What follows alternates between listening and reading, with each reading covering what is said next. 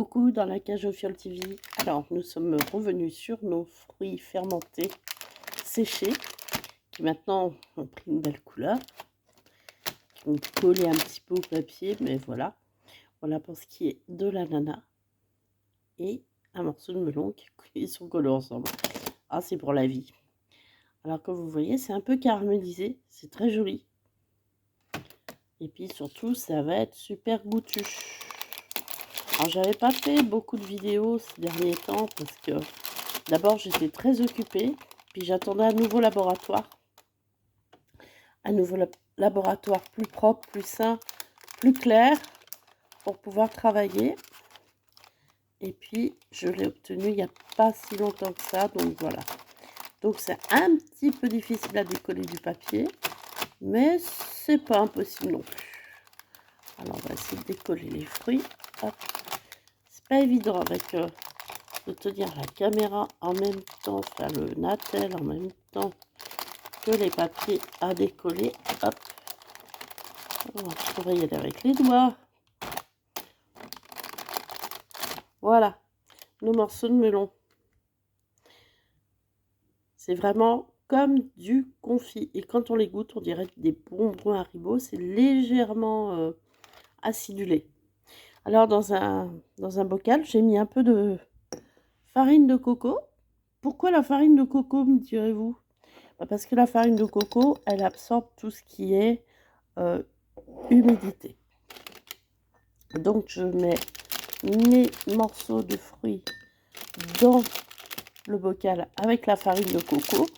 Et quand mon bocal sera rempli de fruits, alors je vais le secouer pour que la farine enrobe les bonbons pour qu'ils ne collent pas entre eux.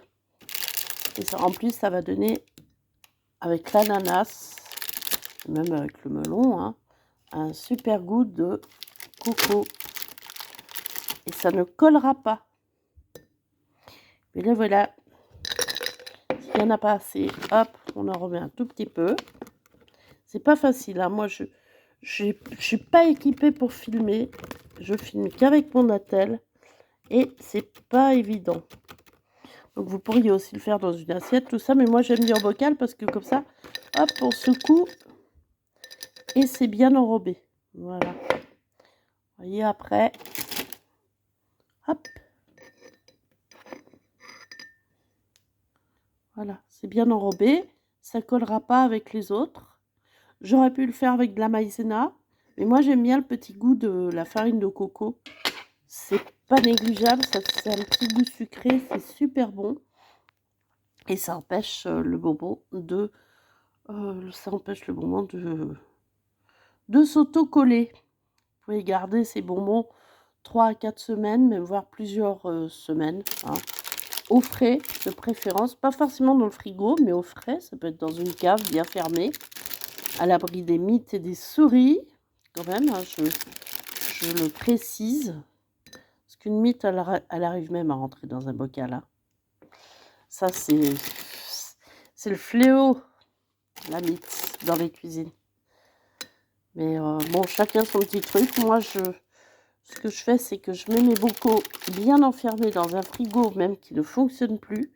C'est pas grave. Et le joint, alors le joint du frigo, je l'imbibe de lavandin. Ça coûte pas très cher. Et puis, attention, pas d'huile essentielle de lavande. Hein. Du lavandin, c'est beaucoup moins cher que l'huile essentielle. Et c'est tout aussi efficace. Du moins, en ce qui concerne les nuisibles. Voilà, voilà. Je vous souhaite un bon appétit sur la cage au Fiole TV. Pour ceux qui n'auraient pas suivi, ce sont des fruits fermentés que j'ai fait sécher au déshydrateur. Une fois déshydraté, bien déshydraté, ça ressemble vraiment à du fruit confit sans les inconvénients du fruit confit parce que faire du fruit confit, c'est très compliqué. Ça demande des heures et des heures. Et là, vous avez du fruit confit. Ça donne effectivement l'impression de manger du fruit confit. Entre le fruit confit et le bonbon gros bobo. Parce qu'on n'a pas le droit de dire la marque, je l'ai dit tout à l'heure, mais on n'a pas le droit.